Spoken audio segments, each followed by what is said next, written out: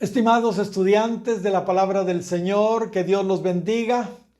Sean todos bienvenidos a nuestro nuevo curso del Instituto Bíblico Jesucristo de Guatemala, afiliado a la Universidad Cristiana Sion de los Estados Unidos de América. Durante esta semana, como ustedes saben, se estará estudiando el Evangelio de Juan. El propósito de estudiar esta materia es darle a los estudiantes un conocimiento profundo del Evangelio de Juan, que es sin duda uno de los libros más importantes de toda la Biblia. A este Evangelio se le ha denominado también el Evangelio espiritual, y como tal contiene muchas verdades espirituales que son manifestadas por medio de señales y símbolos. El tema central de este libro es la vida divina y eterna que Cristo imparte a los creyentes. Este estudio se enfocará en los 4 grupos de 7 que claramente encontramos en este Evangelio de Juan. Los 7 títulos de Cristo, los 7 yo soy de Cristo, las 7 señales previas a la resurrección de Cristo y los 7 principales discursos públicos de Cristo. Además, en un anexo de 2 sesiones se ofrecen los discursos de despedida de nuestro Señor pronunciados en el aposento alto. Este curso será impartido por el pastor y maestro de la palabra Gustavo Adolfo Franco. El pastor Franco es actualmente el director de nuestro instituto, Instituto Bíblico Jesucristo de Guatemala. Ha sido pastor por 44 años en 6 iglesias en Guatemala y El Salvador.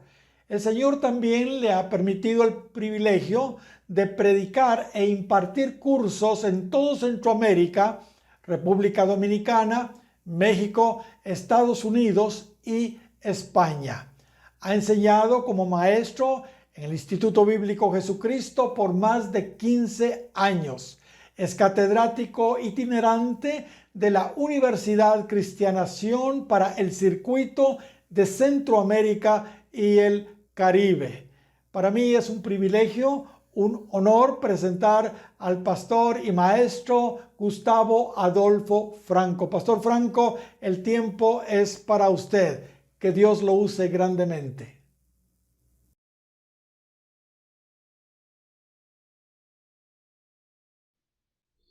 Que el Señor les bendiga, queridos hermanos y hermanas.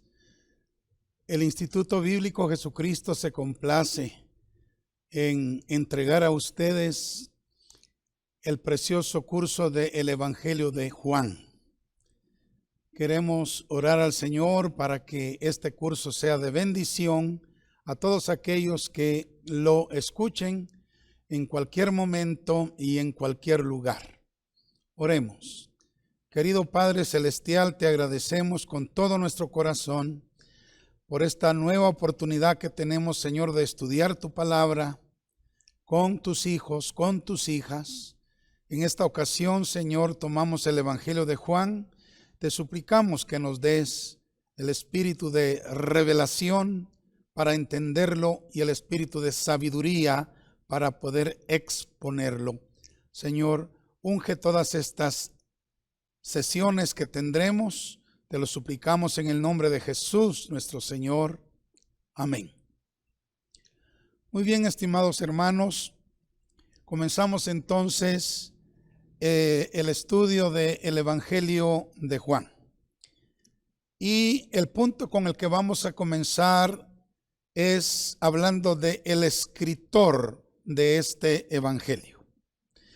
Este precioso Evangelio fue escrito por el apóstol Juan, el hermano de Jacobo e hijo de Zebedeo y Salomé. Fue escrito más o menos allá por el año 90 después de Cristo, posiblemente cuando Juan ya estaba en Éfeso. En Juan capítulo 21, versículo 20 dice: Volviéndose Pedro, vio que les seguía el discípulo a quien amaba Jesús, el mismo que en la cena se había recostado al lado de él y le había dicho: Señor, ¿quién es el que te ha de entregar? Obviamente este discípulo amado era Juan. Y en el versículo 24 añade: este es el discípulo que da testimonio de estas cosas. O es decir, dicho de otra manera, este es el discípulo que va a escribir este evangelio. Dice, y escribió estas cosas y sabemos que su testimonio es verdadero. Muy bien. Ahora, hablando un poquito acerca de Juan. Juan fue el discípulo más cercano de Jesucristo durante su ministerio terrenal. Era tan cercano que solía recostarse, imagínese usted, en el regazo del Señor. Como lo vemos en Juan capítulo 13, versículo 23, donde dice, y uno de sus discípulos, al cual Jesús amaba, estaba recostado al lado de Jesús. Obviamente, este discípulo era el mismo Juan. Ahora, en este evangelio se mencionan por lo menos 5 veces que Juan era el discípulo a quien amaba Jesús. Miremos esas 5 ocasiones en que este evangelio declara que Juan era el discípulo amado. Juan 19, 26. Dice, cuando vio Jesús a su madre y al discípulo a quien él amaba, que estaba presente, dijo a su madre, mujer, he ahí tu hijo. Obviamente este discípulo era Juan. En el capítulo 20, versículo 2, dice, entonces corrió y fue a Simón Pedro y al otro discípulo, aquel al que amaba Jesús, y les dijo, se han llevado del sepulcro al Señor y no sabemos dónde le han puesto. Juan, siendo un hombre muy humilde, él escoge omitir su nombre y solamente dice aquel discípulo a quien amaba Jesús, ¿verdad? Pero este discípulo es el mismo. Juan 21:7 dice, entonces aquel discípulo a quien Jesús amaba dijo a Pedro, es el Señor. Simón Pedro, cuando oyó que era el Señor, se ciñó la ropa porque se había despojado de ella y se echó al mar. Esto sucedió después de la resurrección del Señor. Pero notemos que dice, entonces aquel discípulo a quien Jesús amaba, le dijo a Pedro las palabras que ya hemos leído. También en el capítulo 21, versículo 20, dice, volviéndose Pedro, vio que les seguía el discípulo a quien amaba Jesús, el mismo que en la cena se había recostado al lado de él y le había dicho, Señor, ¿quién es el que te ha de entregar? Vemos entonces que Juan era el discípulo al que Jesús amaba. Era un discípulo muy cercano al Señor. Y por supuesto, la quinta ocasión en que se dice este mismo asunto está en Juan 13, 23, que ya hemos leído, y uno de sus discípulos al cual Jesús amaba estaba recostado al lado de Jesús. Entonces, es interesante, queridos hermanos y hermanas, que Juan era quizá el discípulo más cercano a Jesús, el discípulo que tenía una relación más íntima con el Señor. Y sabe que la relación, la intimidad con Dios es la clave para la revelación, porque el hombre que recibió mayor revelación de todos los discípulos del Señor fue el apóstol Juan, y fue precisamente porque tenía una relación muy, pero muy cercana con Jesús. Bueno, hablemos de los destinatarios de este evangelio. Los destinatarios son todos los creyentes del mundo, tanto judíos como gentiles, según lo indican las traducciones de algunos términos o palabras que Juan utiliza. Ponga atención a esto. Por ejemplo, en Juan 1:38 dice: y volviéndose Jesús y viendo que le seguían, les dijo: ¿qué buscáis? Ellos le dijeron: Rabí. Oiga, que traducido es maestro, ¿dónde moras? Notemos esa observacioncita que hace Juan, que traducido es maestro. Esta nota no hubiera sido necesaria si solo se hubiera escrito para los judíos, porque ellos entendían el significado de la palabra rabí, pero como no fue escrito solo para los judíos, sino para todo el mundo, y el resto del mundo, pues no entendemos hebreo, no entendemos griego, entonces tuvo que haber una nota de traducción. Juan capítulo 5, versículo 2 dice: y hay en Jerusalén, cerca de la puerta de las ovejas, un estanque, oiga, llamado en hebreo Betesda, el cual tiene 5 pórticos. Llamado en hebreo Betesda. Como les digo, si este evangelio hubiera sido escrito solamente para los judíos, no habría habido necesidad de que Juan pusiera ahí en hebreo, porque ellos conocen el hebreo. Pero como fue escrito para todo el mundo, entonces Juan hizo esta aclaración, pensando él en los gentiles que no conocen el idioma hebreo. En Juan 19:13 dice: entonces Pilato, oyendo esto, llevó a Jesús fuera y se sentó en el tribunal en el lugar llamado el enlosado, y en hebreo Gabata. Fíjese, entonces Juan tiene que explicar el significado de ciertas palabras para que los que no eran judíos pudiéramos entenderlo. Entonces, el evangelio de Juan fue escrito para todo el mundo, para todas las naciones, incluyendo obviamente a la nación de Israel. Ahora, el vocablo de Juan. Sabe que el evangelio de Juan fue escrito de forma muy sencilla, con un vocabulario griego de más o menos de unas 1500 palabras. Sí, un niño puede leerlo y entender su mensaje. Ahora, no obstante su simplicidad, contiene tesoros y profundidades escondidas que hasta el teólogo más hábil reconoce que no pueden ser fácilmente entendidas. Así es el evangelio de Juan, sencillo por un lado y muy profundo por el otro lado, de tal manera que en su sencillez puede ser comprendido por la mente de un niño, pero en su profundidad aún el teólogo más sofisticado va a encontrar dificultad en entender las profundidades que tiene el evangelio de Juan. Una cosa interesantísima, hermanos, para estudiar este evangelio y poder comprenderlo, es que está escrito en grupos de 7. Sí, en segmentos de 7. Este evangelio tiene ese detalle muy especial y muy particular. Está escrito en grupos de 7. Por ejemplo, tenemos en él los 7 títulos de Cristo, que los vamos a estudiar. Tenemos en él los siete gran yo soy de Cristo, que los vamos a estudiar. Tenemos las 7 señales de Cristo y también tenemos los 7 grandes discursos del Señor Jesucristo.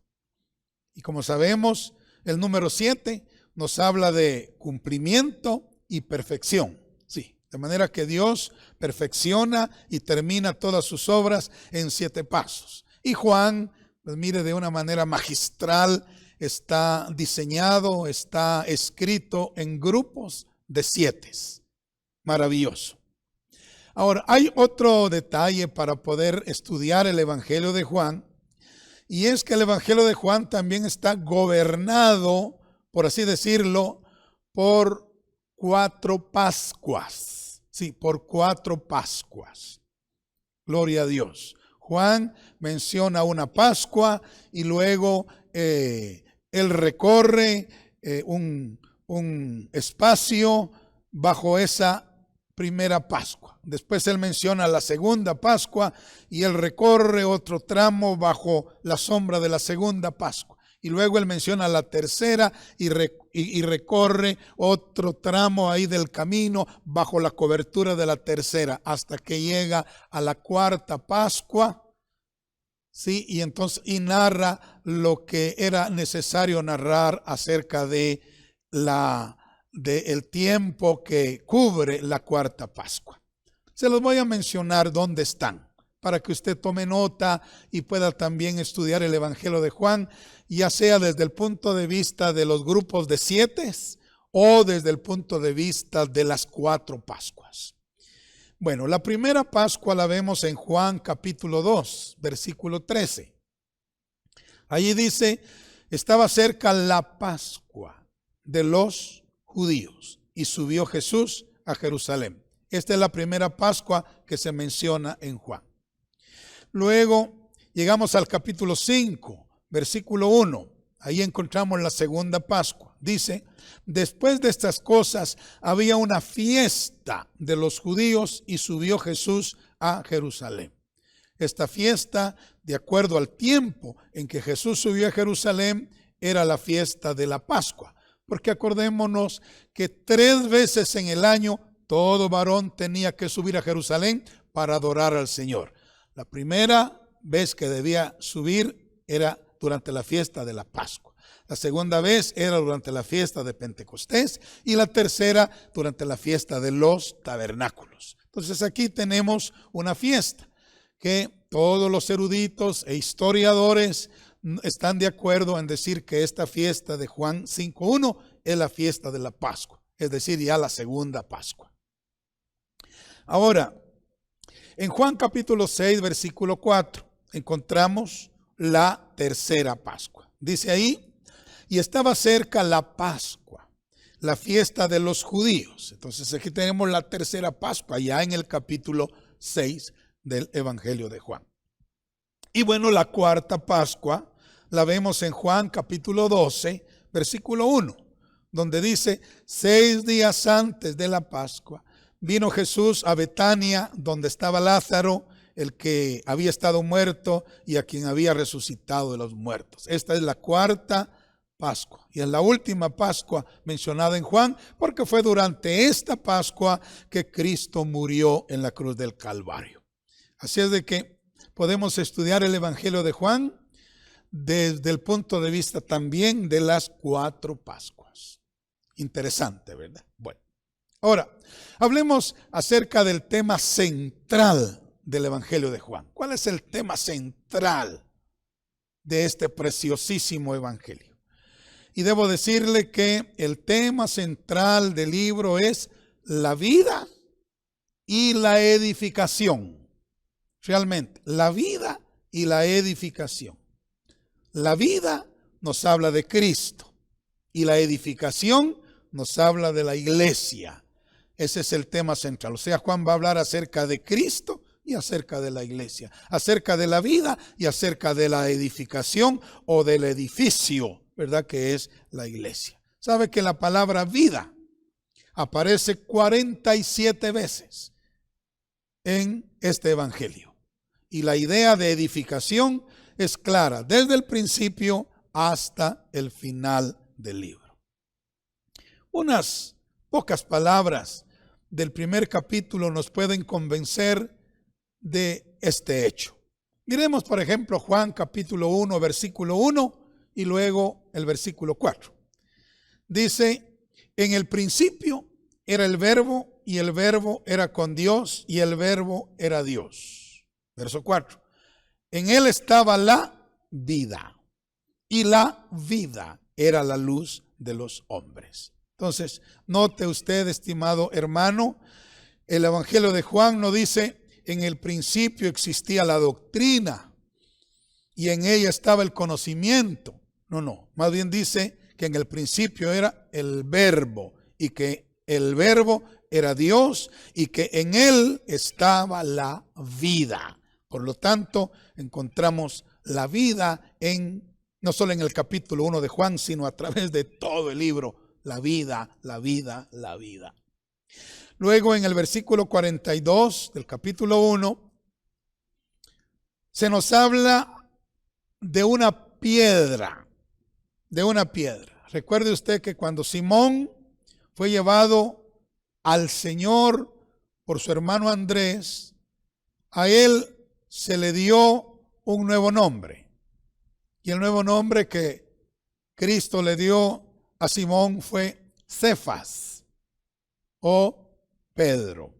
Y esta palabra Cefas o Pedro significa piedra. Allí dice, y mirándole Jesús dijo, tú eres Simón, hijo de Jonás. Tú serás llamado Cefas, que quiere decir Pedro. Ahora, la palabra Pedro en el griego es Petros y significa piedra. Más tarde, cuando uno estudia las cartas de Pedro, que escribió ya en su madurez, uno se da cuenta de que Pedro claramente enseña que los creyentes somos piedras vivas, que conformamos el edificio que es la iglesia. Por ejemplo, en 1 de Pedro 2:5, él dice, vosotros también, como piedras vivas, sed edificados como casa espiritual y sacerdocio santo para ofrecer sacrificios espirituales aceptables a Dios por medio de Jesucristo. Entonces las piedras, usted sabe, nos hablan de un edificio, de una edificación. Ellas sirven para edificar el edificio que es la iglesia. En este primer capítulo, entonces, vemos que en el Señor estaba la vida, y que uno de sus discípulos llegó a ser una piedra. ¿Qué significa todo esto? Significa que la vida no solo nos vivifica y regenera, sino que también la vida nos transforma. La vida transforma al creyente en una piedra, y la iglesia está edificada con piedras vivas. Por lo tanto, hermanos, vemos que lo que fluye como un torrente de aguas cristalinas en el libro de Juan desde el principio es la vida y la edificación. Es decir, la revelación de Cristo, que es la vida, y la revelación de la iglesia, que es el edificio o es la edificación compuesta por piedras vivas. Amén. Gloria a Dios. Bueno, entonces, sigamos adelante. Fíjense que el Evangelio de Juan es llamado el Evangelio espiritual. Así fue llamado por los padres de la iglesia. Por ejemplo, Clemente de Alejandría, quien murió alrededor del año 212 después de Cristo, oiga, hablando de los apóstoles del Cordero. Y déjeme decirle que Clemente de Alejandría es una autoridad de las más reconocidas en la historia de la iglesia, uno de los padres de la iglesia más reconocidos y confiables. Él escribió, hablando de los apóstoles del Cordero, lo siguiente: el último de todos, dice Clemente, refiriéndose a Juan, que fue el último que quedó de todos los discípulos del Señor, el que murió de último. Dice, el último de todos, percibiendo que los hechos externos, obviamente de Jesús, habían quedado claros en los evangelios sinópticos, refiriéndose a Mateo, Marcos y Lucas. Dice, este último discípulo, impulsado por sus amigos e inspirado por el Espíritu Santo, compuso un evangelio espiritual. Así catalogó Clemente el evangelio de Juan, un evangelio espiritual. Bendito sea el Señor. Ahora, el evangelio de Juan fue el último en ser escrito para completar la revelación de Jesucristo que había sido ya escrita en los evangelios sinópticos, es decir, Mateo, Marcos y Lucas. Ahora, estos 4 evangelios están representados por los 4 seres vivientes que vio Ezequiel y que describe en Ezequiel capítulo 1 versículo 10. Voy a leer ese versículo. Dice: y el aspecto de sus caras era cara de hombre y cara de león, al lado derecho de los 4, y cara de buey a la izquierda en los 4, y asimismo había en los 4 cara de águila. Note usted acá que Ezequiel está teniendo una revelación de la gloria de Dios. Y dentro de la gloria de Dios, acordémonos que la gloria de Dios es Cristo. Él es la gloria de Dios. Juan dice, vimos su gloria, gloria como la del unigénito del Padre, lleno de gracia y de verdad. Pues entonces Ezequiel está viendo la gloria de Dios. Y en medio de la gloria de Dios, él ve 4 seres vivientes. Y estos 4 seres vivientes tienen 4 caras, cada uno. Ahora, incluso Juan describe cuáles son esas 4 caras. Miremos. En primer lugar, dice que tenían cara de hombre, después cara de león, después cara de buey y después cara de águila. Y sabe que estas 4 caras revelan la gloria del Señor Jesucristo. Y revelan también los 4 evangelios que tenemos en el canon sagrado. Mateo está representado por el león, pues habla del reino y fue dirigido a los judíos. Marcos está representado por el buey, pues habla del servicio y del sacrificio de Cristo y fue dirigido a los romanos.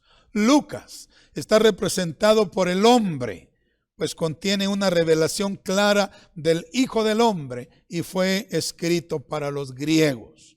Y Juan, que es el evangelio que estamos estudiando, está representado por el águila. El águila, el Hijo de Dios que vuela en las alturas y está dirigido, como dijimos hace un momento, a todo el mundo. Así es de que con mucho temor, temblor, con mucho respeto, entraremos en este maravilloso libro, el Evangelio de Juan, para estudiarlo. Bueno, esto que hemos hablado hasta este momento lo podemos catalogar como la introducción a este precioso curso. Ahora, vayamos a la parte número 1 del curso. Parte número 1 para usted que es ordenado y toma notas. Parte número 1. Muy bien. En esta primera parte, pues obviamente vamos a adentrarnos en el capítulo 1, donde encontramos una revelación del principio, del verbo, de la vida, de la edificación y los primeros 7 títulos de Cristo. Esta es la primera parte. Vamos a ver estos 5 segmentos con la ayuda del Espíritu Santo. ¿Cuál es el primer segmento que mencioné? El principio, sí. Hablemos entonces del principio, según la óptica de Juan. Dice Juan capítulo 1, versículo 1 y 2. En el principio era el verbo, y el verbo era con Dios, y el verbo era Dios. Este era en el principio con Dios. Hermanos, la Biblia comienza con estas palabras. En el principio. En Génesis 1:1. Sí.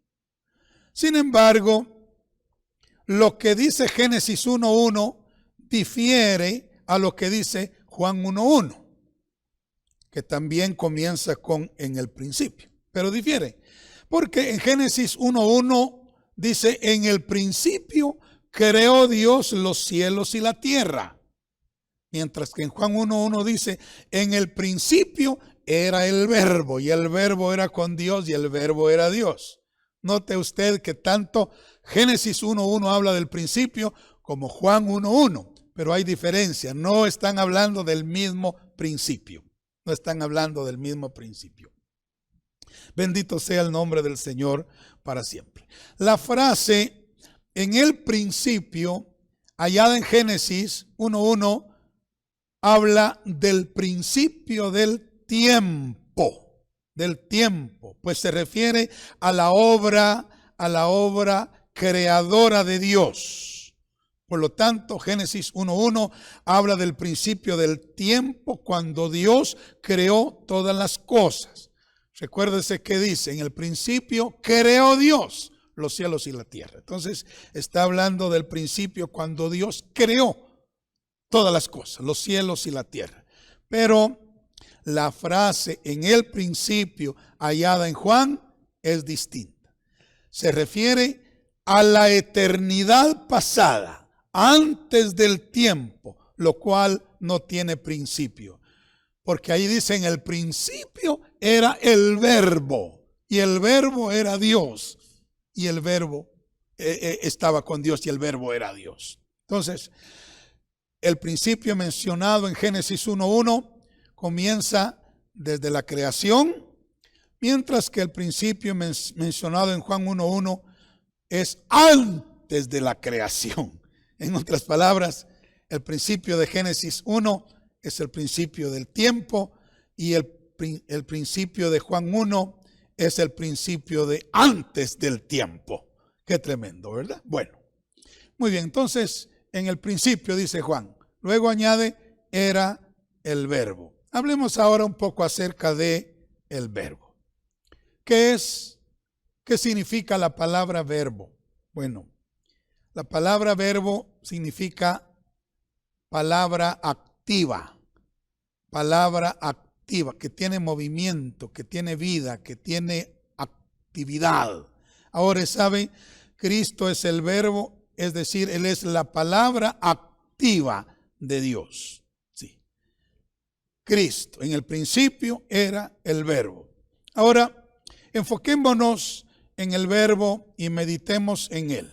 Como digo, es obvio que el verbo es Cristo. Apocalipsis capítulo 19, versículo 12 y 13 lo corrobora, lo establece. Allí Juan, viendo la segunda venida de Cristo, montado en un caballo blanco, acompañado de los ejércitos celestiales, Juan lo ve y dice, sus ojos eran como llama de fuego y había en su cabeza muchas diademas y tenía un nombre escrito que ninguno conocía sino él mismo, y estaba vestido de una ropa teñida en sangre y su nombre es el Verbo de Dios, y está viendo a Cristo en su segunda venida. Entonces claramente el Verbo es Cristo Jesús, la palabra viva de Dios, la palabra activa de Dios. La palabra que salió de Dios y se hizo carne es el Señor Jesucristo. Bueno, miremos ahora al verbo y Dios. ¿Qué relación tiene el verbo, la palabra Cristo, con Dios? Juan 1:1 y 2 dice, en el principio era el verbo y el verbo era con Dios y el verbo era Dios. Este era en el principio con Dios. Juan dice que el verbo era con Dios y el verbo era Dios. Lo está presentando como la verdadera palabra activa de Dios. Ahora, ¿qué significa eso? Ponga atención. Esto significa que Jesús es todo lo que Dios siempre quiso decirle al hombre. Es la palabra de Dios. Es todo lo que Dios siempre quiso decirle al hombre. Dios ha hecho más que expresar lo que quería decir. Dios ha transmitido lo que quería en la vida misma del Señor Jesucristo. Jesucristo es la expresión, es el pensamiento, es la idea, es el cuadro de lo que Dios quería decirle al hombre. Jesucristo es el pronunciamiento de Dios, es el discurso de Dios, es el mensaje de Dios a la humanidad. Es la palabra de Dios que se convirtió en carne. Sí. Ahora, tres cosas nos muestra Juan en estos primeros versículos acerca del verbo. Tres cosas. Nos muestra su preexistencia, su coexistencia y su existencia en sí mismo como Dios. Miremos estas tres cosas. Primero, en el principio era el verbo. Y acuérdese que no se está refiriendo al principio de Génesis 1:1. No, cuando fue creado el mundo, no. Se está refiriendo a la eternidad pasada. A la eternidad pasada. Cuando no había nada. Nada. Absolutamente. Solo estaba Dios. Pues ahí en Dios estaba el verbo. Sí. En el principio ya era el verbo. Era el verbo. O sea, Cristo es preexistente, hermanos. Estaba allí antes del principio. Porque dice que en el principio ya era. Ya era. ¿Verdad? Estaba ahí antes del principio. O sea, esto nos muestra que Cristo no fue creado. Él no se convirtió en. Él nunca tuvo principio. Sencillamente Él ya era. Estuvo ahí en el principio. Fíjese que la palabra era, que aparece aquí en el principio, era el verbo. Esa palabra en el griego es eimi y significa ser o yo soy. Y denota la existencia continua, que no tiene principio ni tiene origen. Ah, qué lindo. Entonces, Cristo era preexistente. El testimonio de Juan es que Cristo es la palabra que siempre existió. Siempre existió. Ahora, más tarde, cuando Cristo se le reveló a Juan en el Apocalipsis, le dijo: yo soy el alfa y la omega, principio y fin, dice el Señor, el que es y que era y que ha de venir, el Todopoderoso. Entonces, en el principio, hermanos, era el verbo. Esto habla de su preexistencia. Él no tuvo principio, no tuvo origen, porque cuando el principio principió, ya era Él. Ya era Él. Bendito sea el nombre de Dios. Bueno, lo segundo que este pasaje nos muestra es que el verbo era con Dios, o sea, era coexistente. Él estaba con Dios. Bendito sea su nombre para siempre. Con Dios el Padre para siempre. La palabra con en el griego es pros y da la idea de estar y actuar con. De manera que Jesucristo, la palabra, estaba con Dios y a la vez actuaba con Dios. Él estaba al lado de Dios, actuando y moviéndose en la más estrecha de las relaciones. Cristo tenía, tiene y tendrá por siempre una relación ideal y perfecta con Dios el Padre. Por eso dice acá, y el verbo era con Dios. Esto concuerda con lo que dice Proverbios capítulo 8, versículo 26 al 30. Ahí está hablando de la sabiduría, pero la sabiduría está siendo personificada o fue personificada en la persona de Jesucristo. Él es la sabiduría. Vean lo que dice Proverbios 8, 26 al 30. No había aún hecho la tierra, ni los campos, ni el principio del polvo del mundo. Cuando formaba los cielos, dice la sabiduría, ahí estaba yo. Cuando trazaba el círculo sobre la faz del abismo, cuando afirmaba los cielos arriba, cuando afirmaba las fuentes del abismo, cuando ponía al mar su estatuto para que las aguas no traspasasen su mandamiento, cuando establecía los fundamentos de la tierra, dice la sabiduría, con él estaba yo ordenándolo todo, dice. yo estaba con el Padre, dice, ordenándolo todo.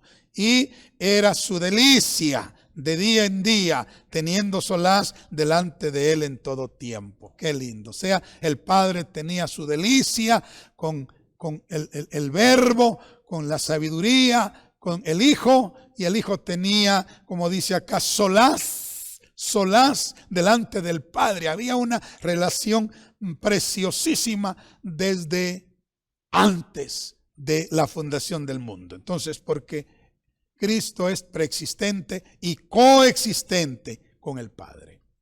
Luego, además de estar en el principio y de estar con Dios, Juan dice que el Verbo era Dios. Era Dios. Esto significa que Cristo era existente en sí mismo, porque Dios es existente en sí mismo. Dios no depende de nadie para vivir. Él es existente en sí mismo. ¿Sí? Él es existente en sí mismo. No depende de nada externo para vivir.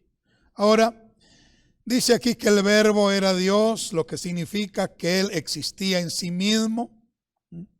Ahora, eso no quiere decir que Él era el Padre, sea la misma persona, sino que era como el Padre, ¿verdad? Que era Dios como el Padre es Dios.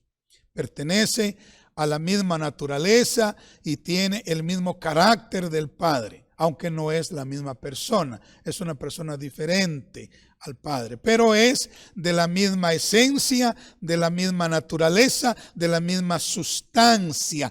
Cristo, el Verbo, es Dios. Así como Dios, como el Padre es Dios, el Verbo es Dios. Así como el Espíritu Santo es Dios, el Verbo que es Cristo es Dios.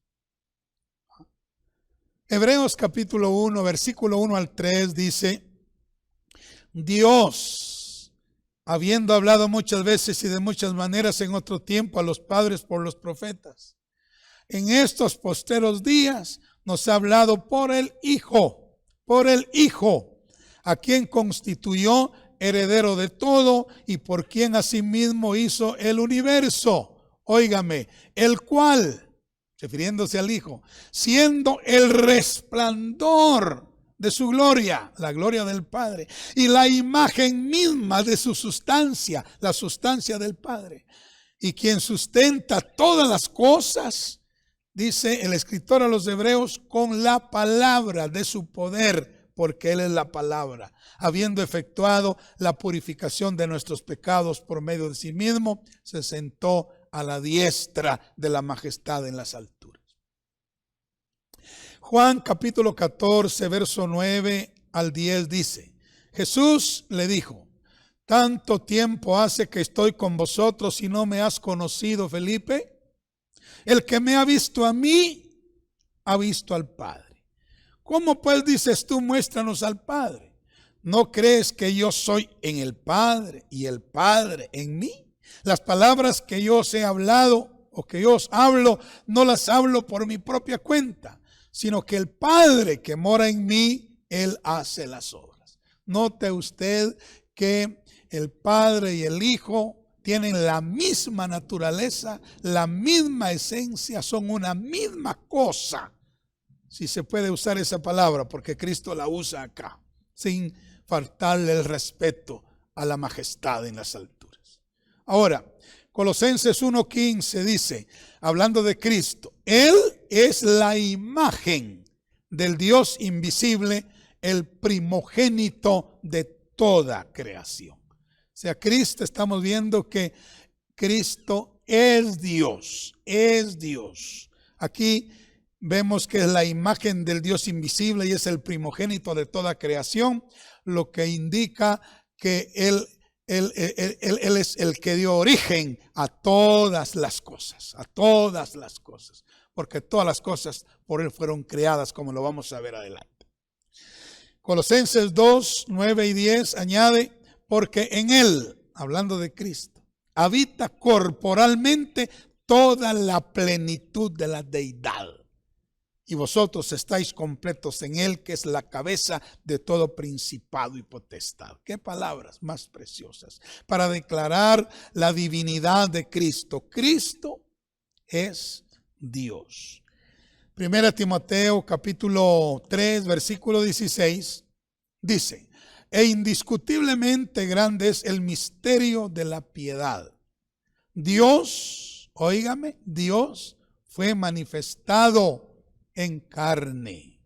Dios, con D mayúscula, fue manifestado en carne, justificado en el Espíritu, visto de los ángeles, predicado a los gentiles, creído en el mundo, recibido arriba en gloria. ¿A quién se está refiriendo acá? A Cristo Jesús. Y Él es Dios. Él es Dios. Entonces el testimonio de Juan era que Jesucristo constituye la palabra existente en sí misma y eterna. Cristo es el verbo que estaba con Dios, que era Dios y que es Dios. Bendito sea el Señor. Ahora, para cerrar los comentarios sobre los primeros dos versículos, déjeme comunicarle dos pensamientos y póngame atención a esto. Dos pensamientos maravillosos.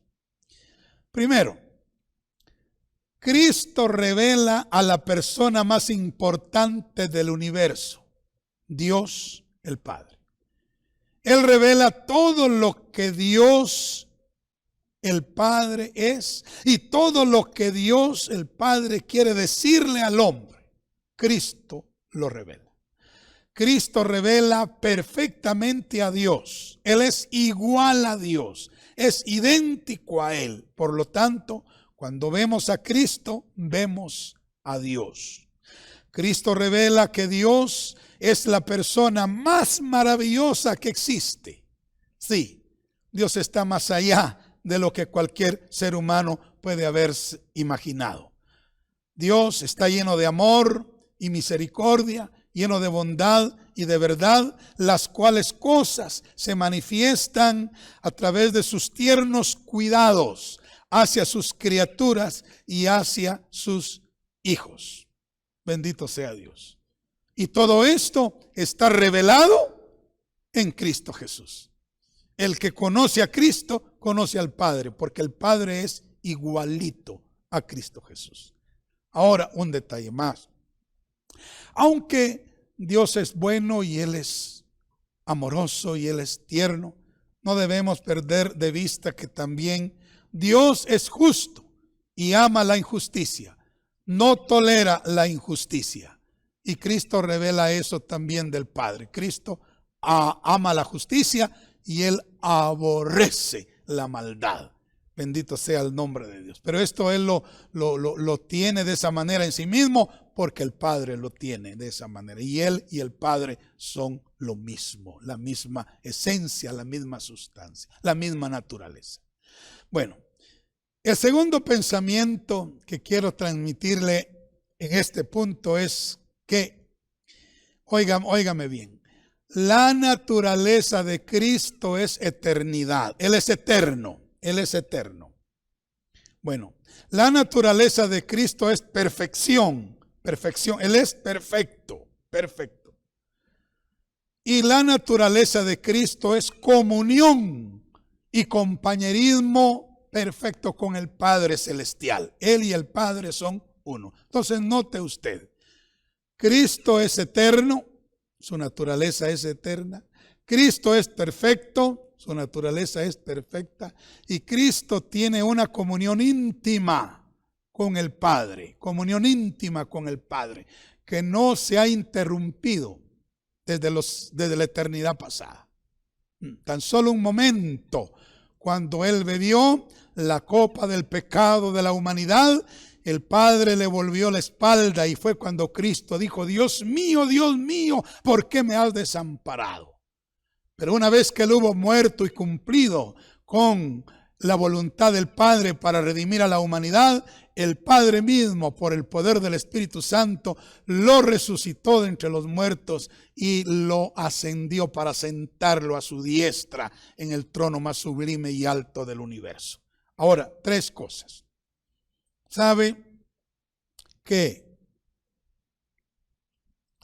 esta maravillosa naturaleza tripartita está siendo impartida y desarrollada en los creyentes que caminamos con el Señor en fidelidad.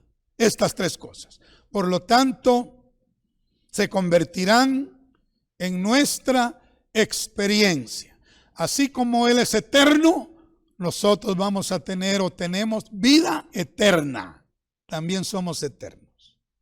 Como Él es perfecto, también vamos a llegar a ser perfectos. Él perfeccionará la obra que ha comenzado en nosotros. Y así como Él tiene una unión perfecta con Dios el Padre, una comunión íntima en el más estricto sentido de la palabra intimidad, y así también nosotros estamos siendo preparados para tener una vida de intimidad con Dios por siempre y para siempre. Leamos algunos versículos que apoyan este pensamiento. Romanos 8:29. Porque a los que antes conoció, también los predestinó para que fuesen hechos conformes a la imagen de su Hijo, para que Él sea el primogénito entre muchos hermanos.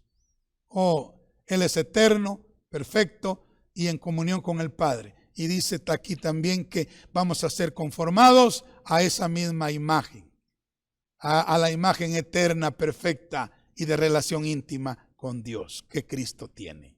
Segunda de Corintios 3:18. Por tanto, nosotros todos, mirando a cara descubierta como un espejo la gloria del Señor, somos transformados de gloria en gloria en la misma imagen como por el Espíritu del Señor. Estamos siendo transformados para ser como Él es. Gloria a Dios. Eterno, perfecto y en perfecta comunión con el Padre. Filipenses 3:21. El cual transformará el cuerpo de la humillación nuestra para que sea semejante al cuerpo de la gloria suya por el poder con el cual puede también sujetar a sí mismo todas las cosas. Vamos a ser semejantes aún en cuerpo, imagínense, no solo en espíritu, no solo en alma, sino aún en cuerpo, semejantes a Cristo Jesús. Segunda de Pedro 1:4. Por medio de las cuales nos ha dado preciosas y grandísimas promesas, para que por ellas, por las promesas, llegaseis a ser, participantes de la naturaleza divina, de esa naturaleza eterna, perfecta, y que tiene comunión íntima con el Padre. Ser participantes de la naturaleza divina, habiendo huido de la corrupción que hay en el mundo a causa de la concupiscencia. Primera de Juan 3:2. Amados, ahora somos hijos de Dios y aún no se ha manifestado lo que hemos de ser. Pero sabemos que cuando Él se manifieste, seremos semejantes a Él. Semejantes a Él. Así como Él es semejante al Padre, nosotros seremos semejantes a Él, porque le veremos tal como Él es.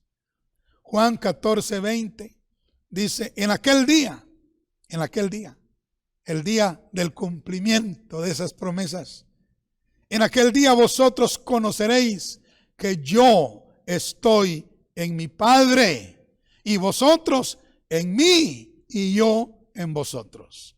Mire lo que nos espera si caminamos fielmente con el Señor Jesucristo. Bueno, hemos visto entonces la relación entre el Verbo y Dios. Ahora veamos la relación entre el Verbo y la creación. La creación. Para eso vayamos a Juan capítulo 1 versos 3 al 5. Todas las cosas por Él es el Verbo. Todas las cosas por Él fueron hechas. Y sin Él nada de lo que ha sido hecho fue hecho. En Él estaba la vida y la vida era la luz de los hombres. La luz en las tinieblas resplandece y las tinieblas no prevalecieron contra ella. Ay, qué pasaje más hermoso. Aquí somos introducidos a la relación del Verbo, que es Cristo, con la creación de Dios. Juan dice que Él es el creador de todas las cosas. Todas las cosas, dice, por Él fueron hechas, por el Verbo. y sin Él nada de lo que ha sido hecho fue hecho. Entonces, sabemos que en el principio el Padre habló y todas las cosas fueron hechas, pero esa palabra que el Padre habló era el Verbo, era el Hijo, y por Él todas las cosas vinieron a existir. Alabado sea Dios. Colosenses capítulo 1, versículo 16 dice: porque en Él fueron creadas todas las cosas, las que hay en los cielos y las que hay en la tierra, visibles e invisibles, sean tronos, sean dominios, sean principados, sean potestades. Todo, hermanos, todo fue creado por medio de Él y para Él. Es decir, para que le traigan gloria a Él. Bendito sea el Señor. Hebreos capítulo 1, versículo 1 y 2 dice: Dios, habiendo hablado muchas veces y de muchas maneras en otro tiempo a los padres por los profetas, en estos posteros días nos ha hablado por el Hijo, por el Verbo, ¿sí? A quien constituyó heredero de todo, y oiga, y por quien asimismo hizo el universo. Hizo el universo. El Padre, a través de Cristo o por Cristo, hizo el universo. Gloria a Dios. O sea que por Cristo fue creado el universo. Hebreos 11:3 añade: por la fe entendemos haber sido constituido el universo, oiga, por la palabra de Dios, por el Verbo de Dios, Cristo Jesús. De modo que lo que se ve fue hecho de lo que no se veía. Dios creó el universo por medio de su palabra hablada. Dios habló y lo que habló vino a existir. Y como estamos viendo, Cristo es esa expresión divina. Cristo es la palabra hablada de Dios que se hizo carne. Él es el Verbo de Dios. Ahora, aún el hombre, hermanos, aún el hombre fue creado por el Verbo en conjunto con el Padre y el Espíritu Santo. Génesis 1:26 dice: entonces dijo Dios, y aquí la palabra Dios en el hebreo es Elohim, y es el nombre plural de Dios, porque abarca al Padre, al Hijo y al Espíritu Santo. Y dice: entonces dijo Dios, hagamos al hombre a nuestra imagen, conforme a nuestra semejanza. Y señoré en los peces del mar, en las aves de los cielos, en las bestias, en toda la tierra y en todo animal que se arrastra sobre la tierra. Y creó Dios, Elohim, el Dios trino, creó Dios, dice, al hombre a su imagen. A imagen de Dios lo creó, varón y hembra los creó. Entonces, la palabra hagamos lleva implícita la idea de pluralidad. Señala al Padre, al Hijo y al Espíritu Santo. Por eso es que decimos que aún el hombre fue creado por Cristo Jesús. Ahora, en el versículo 4 del capítulo 1 de Juan, dice: en Él, en el Verbo, en Cristo, en Él estaba la vida. En Él estaba la vida. Y la vida era la luz de los hombres. Esta es una referencia al árbol de la vida que aparece en Génesis capítulo 2. Usted recuerda que allá en el huerto del Edén había un árbol que se llamaba el árbol de la vida. En ese árbol estaba la vida. Pues ese árbol es Cristo Jesús. Porque aquí dice Juan, en Él estaba la vida. Ahora, Él es la vida, como más tarde Él mismo lo dijo en Juan 11:25, yo soy la resurrección y la vida. Y el que cree en mí, aunque esté muerto, vivirá. Juan 14:6. Él dijo, yo soy el camino y la verdad y la vida. Y la vida. Nadie viene al Padre sino por mí. O sea, Él es la vida. Él es la vida. Y vino para que el hombre tuviera vida y la tuviera en abundancia. Como lo dice Juan 10:10. El ladrón no viene sino para hurtar y matar y destruir, pero yo he venido para que tengan vida y para que la tengan en abundancia. Ahora, en él estaba la vida, dice Juan, y la vida era la luz de los hombres. En cuanto a la luz de la creación natural que tenemos en el mundo, en la naturaleza, la vemos en Génesis 1:3 cuando Dios dijo, sea la luz, y fue la luz. Era una luz física en la creación natural. Pero la luz de la nueva creación, de la nueva criatura que somos nosotros, sí, la luz, esa luz que es Cristo, esa luz es una luz de vida, es una luz espiritual, es Cristo mismo.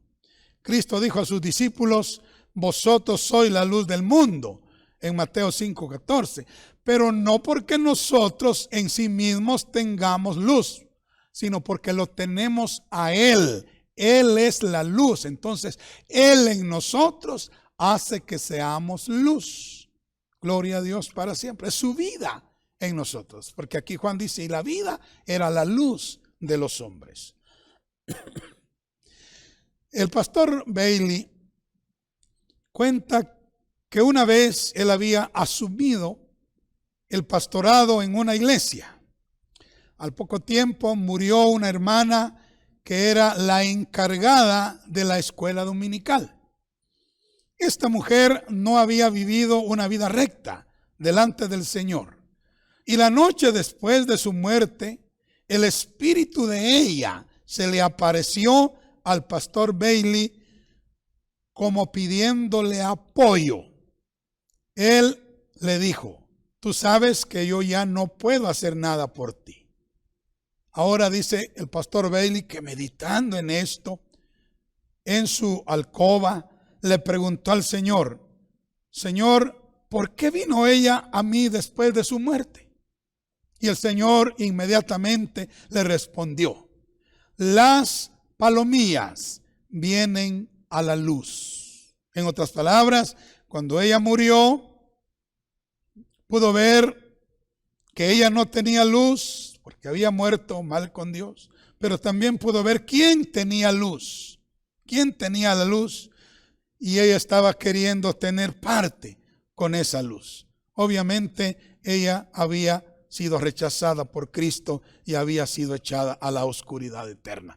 Pero cuento esta anécdota porque dice Juan que en él estaba la vida y la vida era la luz de los hombres.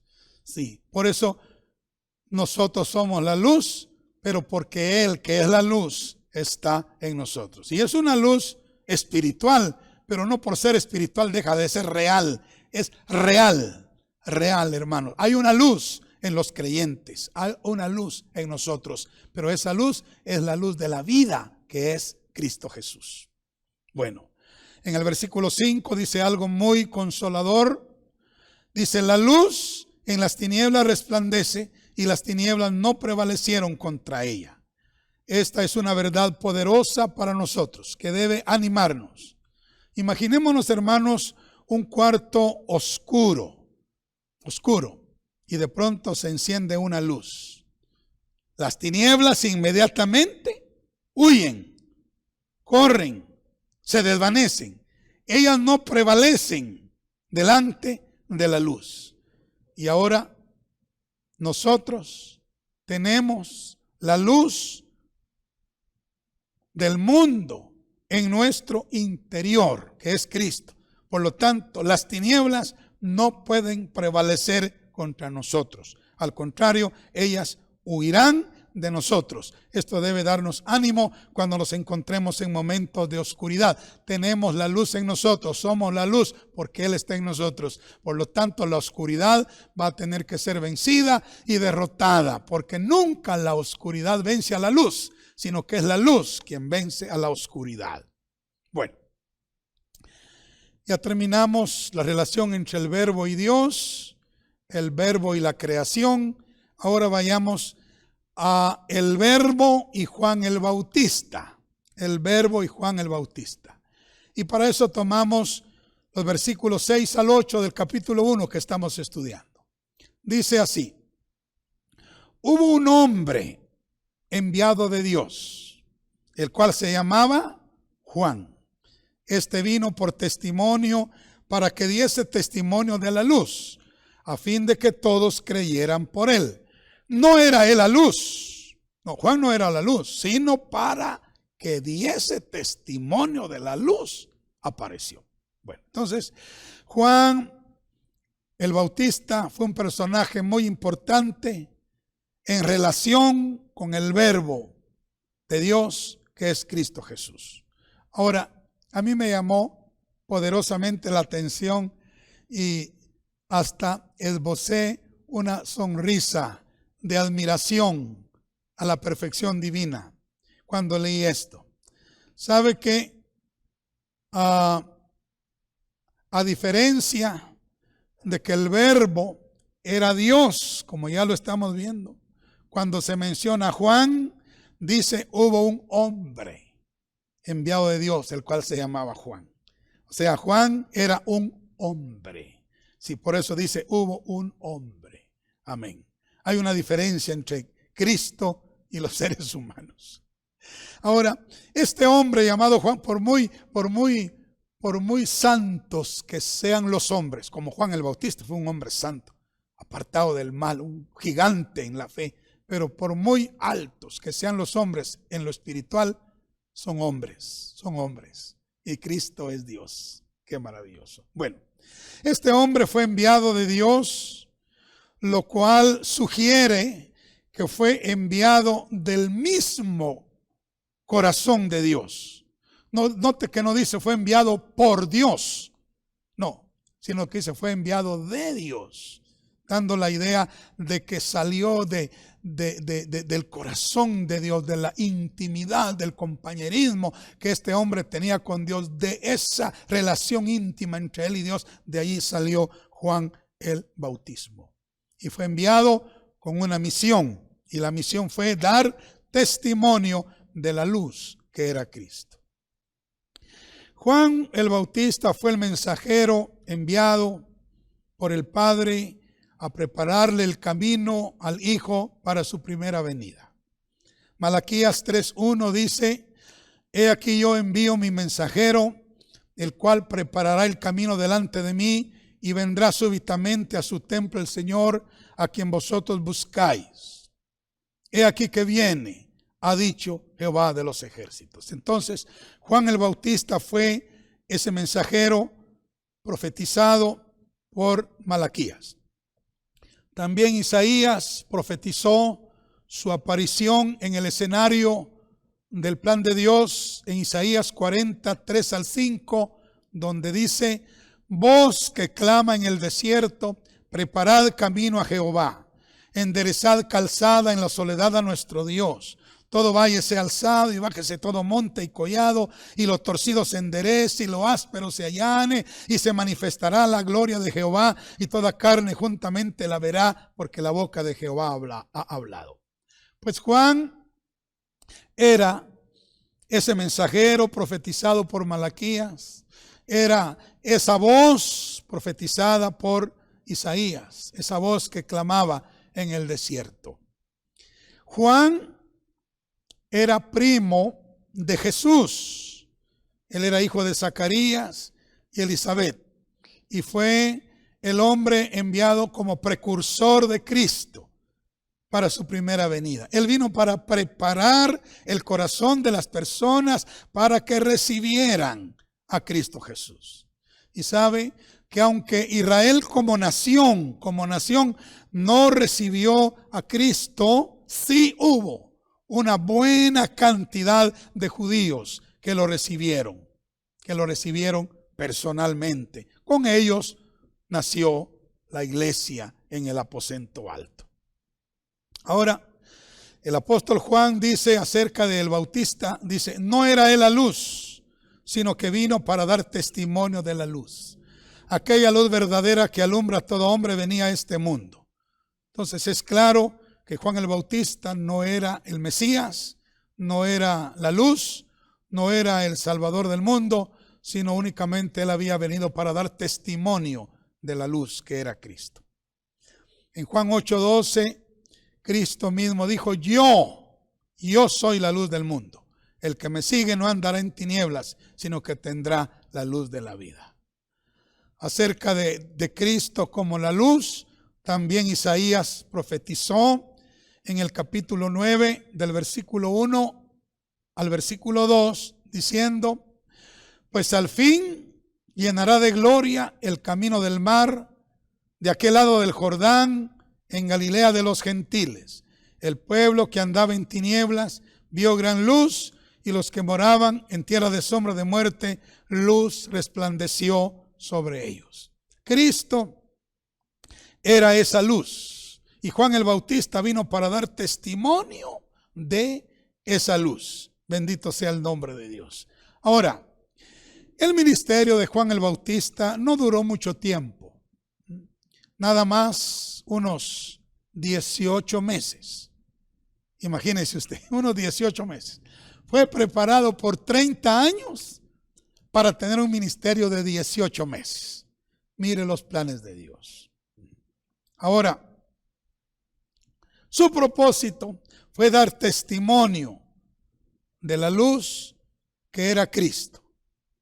Y lo cumplió. En el libro de los Hechos, capítulo 13, verso 25, dice, mas cuando Juan terminaba su carrera, dijo, ¿quién pensáis que soy?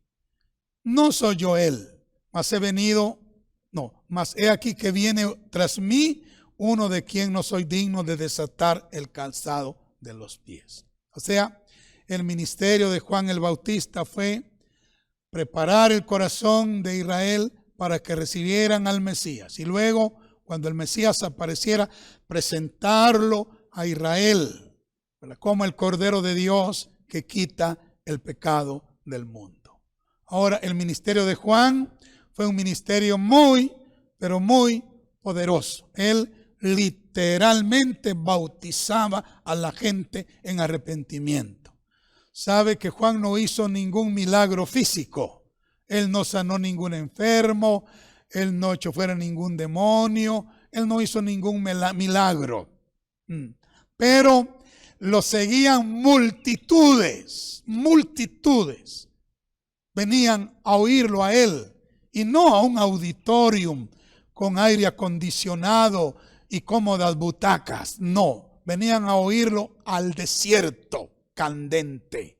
Pero ¿por qué atraía él tanta gente a escuchar su mensaje? Porque tenía una unción de arrepentimiento poderosísima. Literalmente ellos eran bautizados en arrepentimiento cuando oían el mensaje de Juan. Y esto es muy consolador para nosotros, porque para estos últimos días esa misma unción de arrepentimiento regresará a la iglesia. Seremos bautizados en arrepentimiento, preparando nuestros corazones, no para recibir a Cristo en su primera venida, sino para recibirlo en su segunda venida. Dios levantará, y de hecho ya está levantando, una compañía de hombres como Juan el Bautista, quienes con la unción y el poder que Juan tenía, van a preparar a la iglesia para la segunda venida de Cristo. Lo mismo que Juan hizo en la primera venida. Bueno, ya hemos hablado un poquito acerca de el Verbo y Juan el Bautista. Pasemos ahora a hablar de el Verbo hecho carne. El Verbo hecho carne. Juan 1, 9 al 14 dice: aquella luz verdadera que alumbra a todo hombre venía a este mundo. En el mundo estaba y el mundo por él fue hecho, pero el mundo no le conoció. A lo suyo vino y los suyos no le recibieron.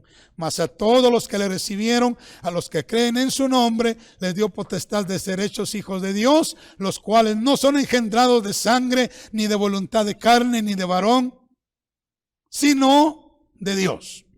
Y aquel Verbo fue hecho carne y habitó entre nosotros. Y vimos su gloria, gloria como del unigénito del Padre, lleno de gracia y de verdad. Desglosemos este pasaje maravilloso. Aquella luz verdadera que alumbra a todo hombre venía a este mundo. Cristo, la luz.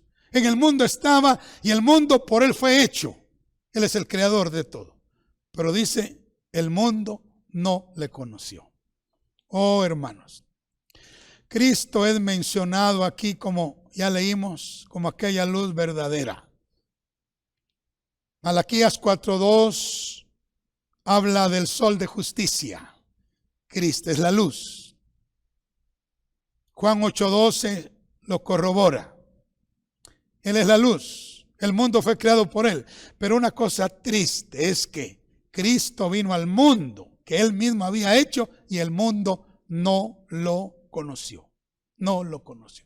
No reconoció a su creador cuando lo tuvo aquí en la tierra.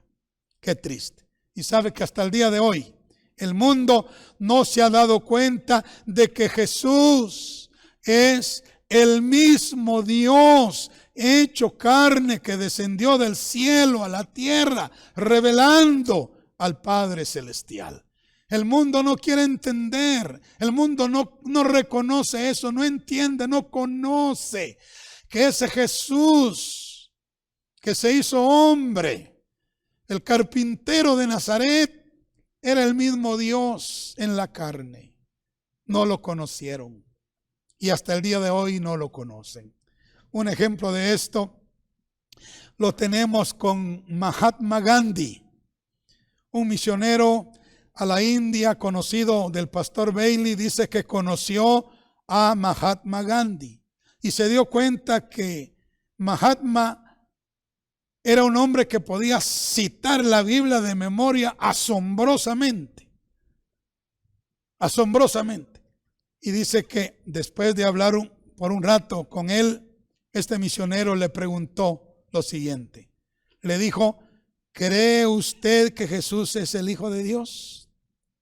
A lo que Gandhi respondió, yo creo que Jesús es un Hijo de Dios, igual que yo soy un Hijo de Dios.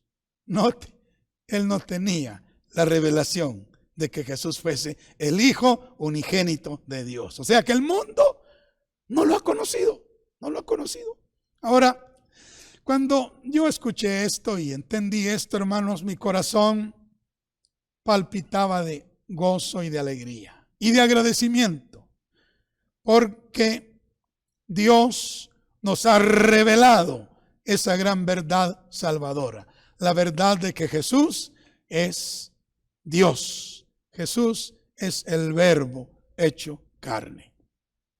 Ahora sigue diciendo acá, a lo suyo vino y los suyos no le recibieron. La primera venida de Cristo y su ministerio fue para alcanzar y salvar a Israel. Él vino a los suyos, a los suyos. Isaías 49:5 dice, ahora pues dice Jehová, el que me formó desde el vientre para ser su siervo, para hacer volver a él a Jacob y para congregarle a Israel. Porque estimado seré a los ojos de Jehová y el Dios mío será mi fuerza. Cristo está hablando proféticamente acá. Está diciendo que el Padre lo ha enviado para hacer volver a Israel a Dios y para congregarle a Israel para que alabe a Dios. Lamentablemente a lo suyo vino y los suyos no lo recibieron. Miremos algo de esto en el Nuevo Testamento. Mateo 8:34. Y toda la ciudad salió al encuentro de Jesús. Y cuando le vieron, le rogaron que se fuera de sus contornos. Fíjese, estamos hablando de la región de Gadara. Él había liberado a un endemoniado que tenía una legión de demonios. Y esos demonios los había echado fuera y se habían ido a meter en los cerdos, los cuales se despeñaron y cayeron en el lago y se ahogaron. Pero aun cuando Jesús había hecho ese gran milagro, dice que toda la ciudad De ahí salió al encuentro de Jesús, y cuando lo vieron, en lugar de caer de rodillas y reconocerlo como Señor, ¿qué hicieron? Le rogaron que se fuera. Andate de aquí, le dijeron. No lo recibieron. Marcos 6:3 dice: ¿no es este el carpintero, hijo de María, hermano de Jacobo, de José, de Judas y de Simeón?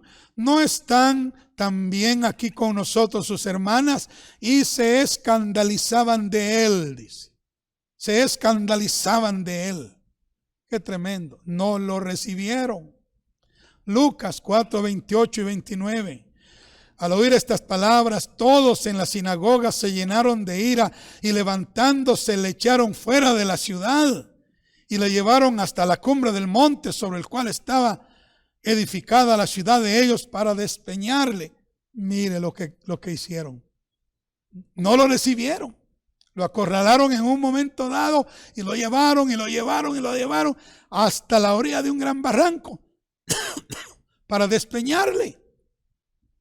No lo conocieron, no lo recibieron. Lucas 23:18. Mas toda la multitud dio voces a una diciendo: fuera, fuera con este, suéltanos a Barrabás. Eso fue lo que le dijeron a Pilato, ¿verdad? Fuera con este, no lo queremos. O lo rechazaron. A lo suyo vino y los suyos no lo recibieron. Juan 5:43 dice Cristo hablando: yo he venido en nombre de mi Padre y no me recibís. No lo recibieron. Si otro viniera en su propio nombre, que así será, el anticristo va a venir en su propio nombre, a ese recibiréis, le dijo Cristo a los judíos. Porque así sucederá cuando el anticristo aparezca. Va a ser un pacto de 7 años con Israel. Ahí sí lo van a recibir. Van a recibir al diablo, al enemigo, al anticristo. Aunque a la mitad de la semana él se va a quitar la careta y va a comenzar a hacer estragos. Pero bueno, lo que estamos viendo es que a Cristo lo rechazaron. Juan 1:11, a los suyos vino y los suyos no le rechazaron. Pero luego dice Juan: mas a todos los que le recibieron, a los que creen en su nombre, les dio potestad de ser hechos hijos de Dios, los cuales no son engendrados de sangre, ni de voluntad de carne, ni de varón, sino de Dios. Vemos aquí que no todos rechazaron a Cristo. La gran mayoría lo hizo, pero algunos pocos lo recibieron, creyendo en su nombre, entre los cuales, por la gracia de Dios, estamos nosotros. Ahora, la manera de recibir a Cristo es creer en su nombre. Aquí dice: a los que creen en su nombre, sí, les dio potestad de ser hechos hijos de Dios. Ahora,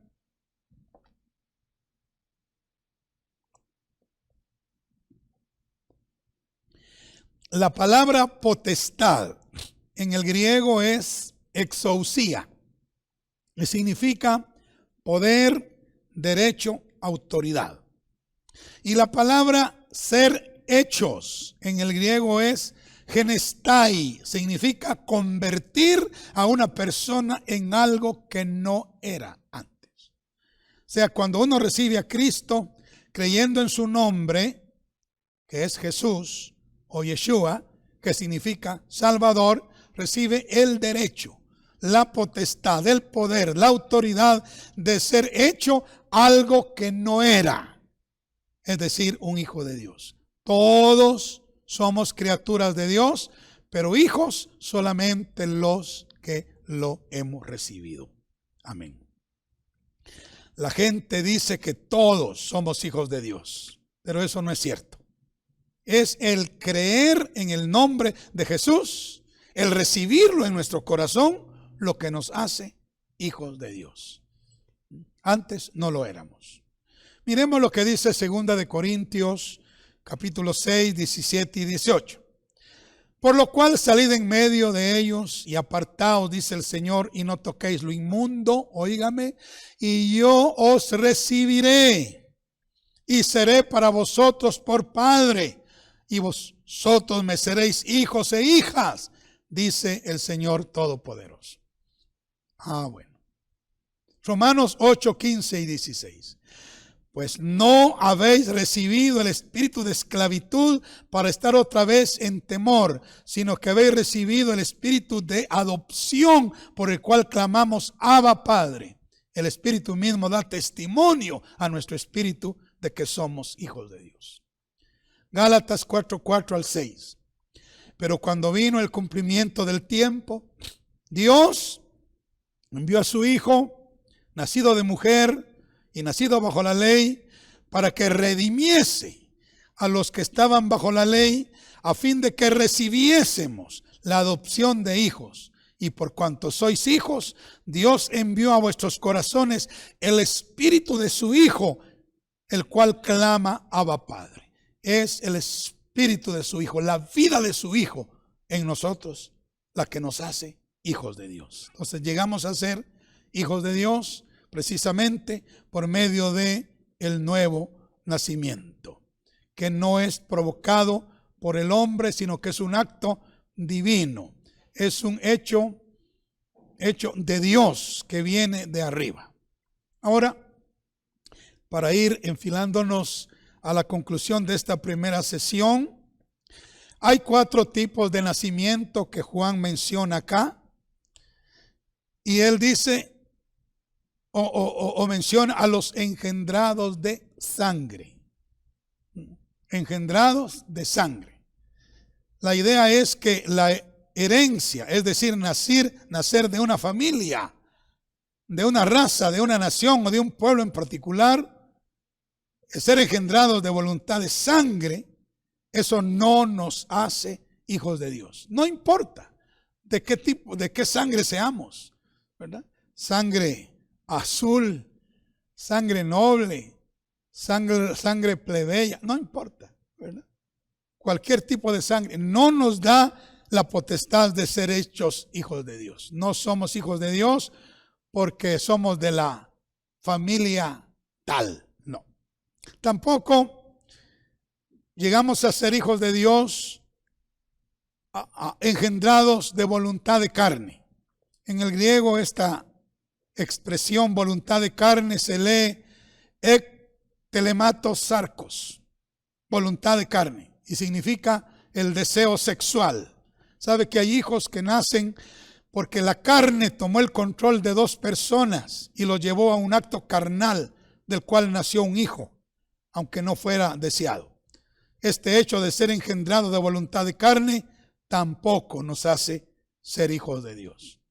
Pero hay una tercera, engendrados de voluntad de varón. Estos son aquellos que nacen porque los padres lo planificaron y lo determinaron así. Son hijos nacidos, digamos así, en el orden correcto. Pero tampoco eso es suficiente para convertirnos en hijos de Dios. Solamente por el hecho de haber nacido dentro de un matrimonio correcto, ¿verdad?, no nos hace ser hijos de Dios. No. ¿Quiénes son entonces los que son hechos hijos de Dios? Solo aquellos que son nacidos de Dios. Nos hace ser hijos de Dios el milagro de el nuevo nacimiento, de nacer por voluntad de Dios. Ningún hombre, independientemente de quién sea, esposo o líder mundial, puede ocasionar que una persona sea hecho un hijo de Dios. No, el ser hecho hijo de Dios es la obra de Dios. Es Dios quien nos hace ser sus hijos y lo hace mediante el milagro de el nuevo nacimiento, ese milagro que viene de arriba, el cual vamos a ampliar cuando lleguemos al capítulo 3 de Juan. Pero regresando a Juan 1:14 leemos: y aquel verbo fue hecho carne y habitó entre nosotros y vimos su gloria, gloria como del unigénito del Padre, lleno de gracia y de verdad. La palabra verbo aquí en el griego es logos, y se refiere a Cristo Jesús, quien se hizo carne con el fin de que Dios tuviese la vida y la naturaleza del hombre, Cristo vino y se hizo hombre. Él fue hecho carne. O sea, Dios vino a participar de la naturaleza humana. Bendito sea el nombre del Señor. De hecho, todo espíritu que no confiesa que Jesucristo ha venido en carne no es de Dios, dice 1 de Juan 4:3. Entonces, aquí dice, y aquel verbo se hizo carne, tomó forma humana y habitó entre nosotros. Esa palabra habitó en el griego es tabernaculó, o fijó su tabernáculo en nosotros. Realmente Jesús era el tabernáculo de Dios en la tierra. Dentro de él habitaba Dios. Dentro del cuerpo de Jesús habitaba Dios. Por eso, uno de los nombres que Isaías le dio y que está escrito en Mateo 1:23 es Emanuel, que quiere decir Dios con nosotros. El verbo se hizo carne. Dios vino a morar con nosotros y entre nosotros. Hermanos, la encarnación de Dios es una de las doctrinas cardinales del cristianismo. De hecho, Pablo la llama el misterio de la piedad en 1 Timoteo 3:16, donde dice, e indiscutiblemente grande es el misterio de la piedad. Dios fue manifestado en carne, justificado en el Espíritu, visto de los ángeles, predicado a los gentiles, creído en el mundo, recibido arriba en gloria, refiriéndose al Señor Jesucristo. Bueno, aquel verbo se hizo carne y habitó entre nosotros. Y luego dice, y vimos su gloria como la del unigénito del Padre. Indudablemente, Juan está refiriéndose cuando dice, y vimos su gloria, está refiriéndose a aquella experiencia que tuvo juntamente con Pedro y Jacobo en el monte de la transfiguración, donde Jesús se transfiguró delante de ellos. Ellos allí vieron la gloria de Jesús. Por eso Juan dice, y vimos su gloria, gloria como la del unigénito del Padre. Bendito sea Dios. Quiero leerles algo acerca de el monte de la transfiguración. Dice Mateo 17, 1 y 2.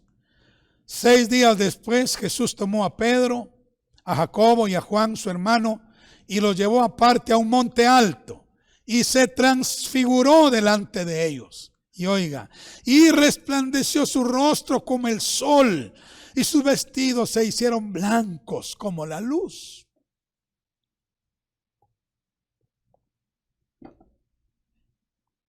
El verso 5 dice, mientras él aún hablaba, una nube de luz los cubrió. Y aquí una voz desde la nube que decía, este es mi Hijo amado, en quien tengo complacencia, a él oíd. Esto se repite en Lucas 9, 30 al 32. Pero para terminar esta parte, Pedro, en 2 de Pedro 1, 16 al 18, también lo relata. Dice, porque no os hemos dado a conocer el poder y la venida de nuestro Señor Jesucristo, siguiendo fábulas artificiosas, sino como habiendo visto con nuestros propios ojos su majestad. Pues cuando él recibió de Dios Padre honra y gloria, y le fue enviada desde la magnífica gloria una voz que decía, este es mi Hijo amado, en el cual tengo complacencia, dice, y nosotros oímos esta voz enviada del cielo cuando estábamos con él en el monte santo. O sea, Juan y Pedro vieron la gloria de Dios en Cristo Jesús. La gloria Shekinah, que se manifestó en el tabernáculo de Moisés, se vio en la persona de nuestro Señor Jesucristo. Bendito sea el Señor para siempre. Muy bien. Vamos a quedarnos aquí, hermanos, en esta sesión y continuaremos después del receso. Pero permítame terminar con oración. Querido Padre, gracias te damos en el nombre de Jesús por permitirnos llegar hasta este punto.